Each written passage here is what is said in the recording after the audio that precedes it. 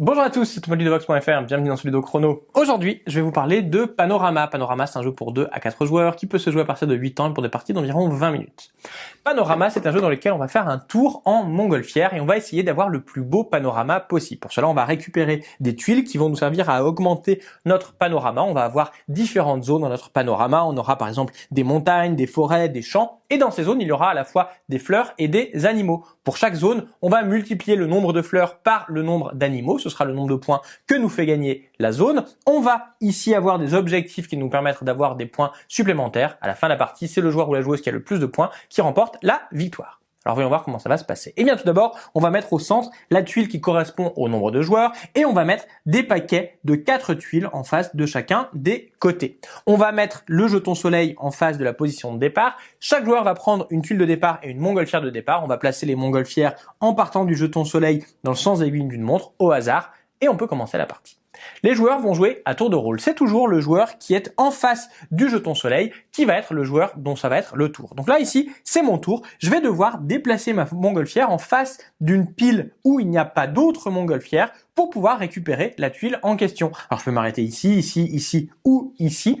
Mais attention, plus je vais aller loin, plus je vais laisser des tours potentiellement aux autres joueurs. En l'occurrence, je ne suis pas très intéressé par la tuile qui est ici. Par contre, je suis très intéressé par la tuile qui est là car il y a 3 animaux et ça me paraît intéressant. On l'a dit, ce sont les animaux et les fleurs qui vont permettre de marquer des points. Donc, je vais pouvoir récupérer cette tuile et je vais la rajouter à mon panorama d'un côté ou de l'autre. Alors, quand je rajoute une tuile, il faut la faire correspondre. Je ne peux pas la mettre de cette façon. Par contre, je peux vraiment l'aligner comme je veux de façon à faire correspondre les différents terrain. Alors attention, si jamais je me rends compte que cette tuile finalement elle ne va pas si bien que ça, il est toujours possible, tant que mon tour n'est pas terminé, de la reposer et d'essayer en prenant une autre. Ici, eh bien, je suis assez satisfait puisque je vais pouvoir faire correspondre les 3 terrains en rajoutant 3 animaux à des terrains où il y avait déjà ici des fleurs. Ça va me rapporter des points. Je vais en rester là.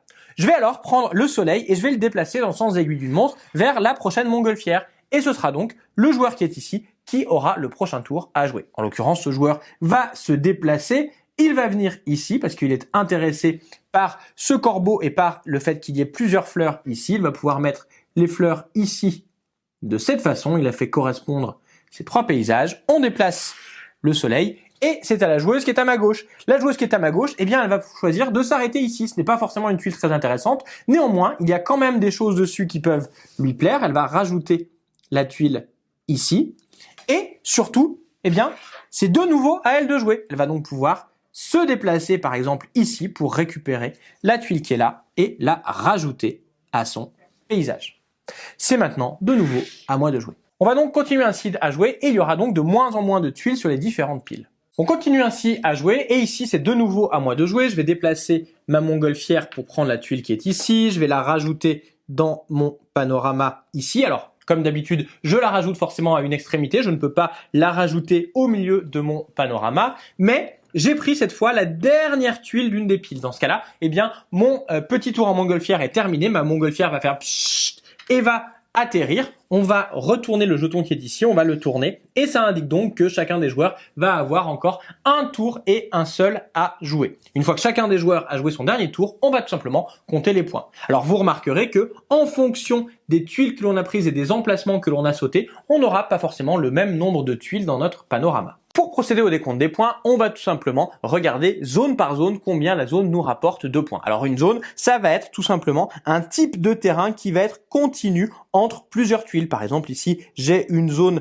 de montagne sur les 3 tuiles qui sont ici. On voit que la tuile ici n'est pas connectée et donc ma zone sera uniquement celle ici avec l'ours et les 2 fleurs. Chaque zone va me rapporter tout simplement le nombre de fleurs multiplié par le nombre d'animaux dans la zone. Donc ici, j'aurai 2 fleurs fois un ours, 2 points.